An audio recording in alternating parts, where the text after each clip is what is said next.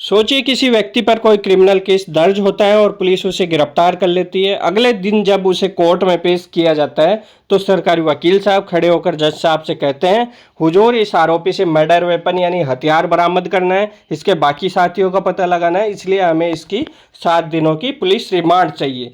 यह सुनते ही आरोपी के हाथ पैर कांपने लगते हैं। उसे लगता है कि अब पुलिस लॉकअप में उसे ले जाकर उसकी चमड़ी उधेड़ दी जाएगी, उसकी हड्डियों को तोड़ दिया जाएगा। लेकिन आज ज्ञान महारती की इस क्लास में एक बात अपने दिमाग में पत्थर की लकीर बना लीजिए, कानून की किसी भी किताब में 3rd डिग्री या मार पिटाई का कोई स्थान नहीं है। पुलिस रिमांड का मतलब सिर्फ पूछताछ करना होता है। मारपीट करना एक गंभीर कानूनन अपराध है। अगर पुलिस रिमांड के दौरान कोई पुलिस वाला आरोपी पर हाथ उठाता है तो देश का नया कानून उस पुलिस वाले की वर्दी तक उतरवा सकता है। स्वागत है आपके ज्ञान महारती की क्लास नंबर 37 में। पिछली क्लास में हमने देखा कि हाउसिंग सोसाइटी और आरडब्ल्यूए की मनमानी पर लगाम कैसे लगाई जाती है। कुत्ता पालने, पार्किंग और बैचलर्स की एंट्री को लेकर आपके क्या कड़े कानूनी अधिकार हैं। आज हम पुलिस कस्टडी और रिमांड के पूरे कानूनी चक्रव्यूह को भेदेंगे। तो चलिए आज की ये कड़क क्लास शुरू करते हैं। सबसे पहले बात करते हैं पुलिस कस्टडी बनाम जुडिशियल कस्टडी क्या है और 24 घंटे का जादुई नियम क्या है। ज्ञान महारथियों, सबसे पहले इन दो शब्दों का बुनियादी अंतर समझिए जिसमें 90% लोग कंफ्यूज रहते हैं।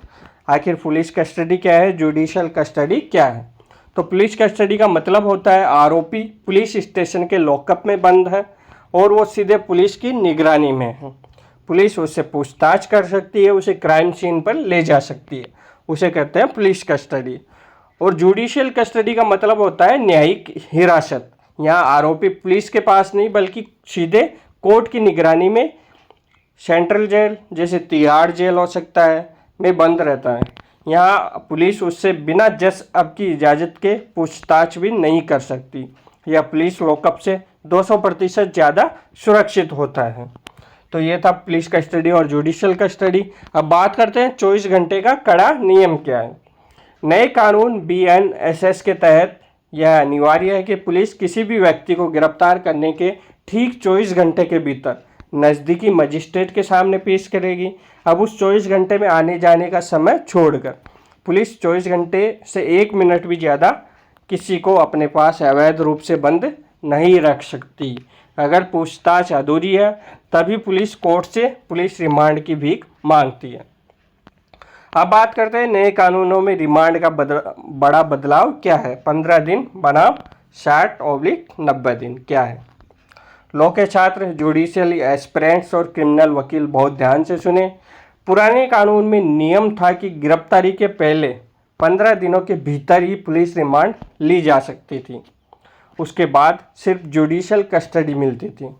लेकिन नए कानून BNSS के तहत सरकार ने एक बहुत बड़ा और ऐतिहासिक बदलाव किया है। अब पुलिस रिमांड सिर्फ शुरुआती 15 दिनों तक सीमित नहीं है। अब पुलिस जांच के दौरान शुरुआती 40 या 60 दिनों के भीतर केस की गंभीरता के हिसाब से टुकड़ों टुकड़ों में पुलिस रिमांड मांग सकती है। पहले 15 दिन थी, अब 40 से 60 दिन हो गई। लेकिन इसका मतलब यह नहीं है कि पुलिस आपको महीनों अपने पास रखेगी। पुलिस रिमांड की कुल अधिकतम अवधि अभी भी सामान्यतः 15 दिन ही है, कुछ विशेष जैसे आतंकवाद विरोधी कानूनों को छोड़कर। यानी पुलिस चाहे तो 3 दिन की रिमांड अभी ले ले, फिर 5 दिन बाद दोबारा 2 दिन की रिमांड मांग ले, लेकिन कुल मिलाकर 15 दिन से ज़्यादा पुलिस कस्टडी नहीं मिल सकती है। यह नया बदलाव वकीलों को कोर्ट में डिफेंड करने के लिए बहुत गहराई से समझना होगा। अब बात करते हैं 3rd डिग्री के खिलाफ आपके 3 अचूक कानूनी हथियार कौन से हैं। अगर पुलिस कस्टडी के दौरान मारपीट का डर हो तो कानून आपको और आपके वकील को कौन सी 3 बड़ी ढाल देता है। हथियार नंबर 1 है 48 घंटे में अनिवार्य मेडिकल जांच। कानून कहता है जब पुलिस रिमांड मिलेगी तो हर 48 घंटे के भीतर आरोपी का सरकारी डॉक्टर से मेडिकल टेस्ट कराना अनिवार्य है। जब पुलिस आरोपी को कस्टडी से वापस कोर्ट लाएगी तो जज साहब पुरानी मेडिकल रिपोर्ट और नई मेडिकल रिपोर्ट का मिलान करेंगे।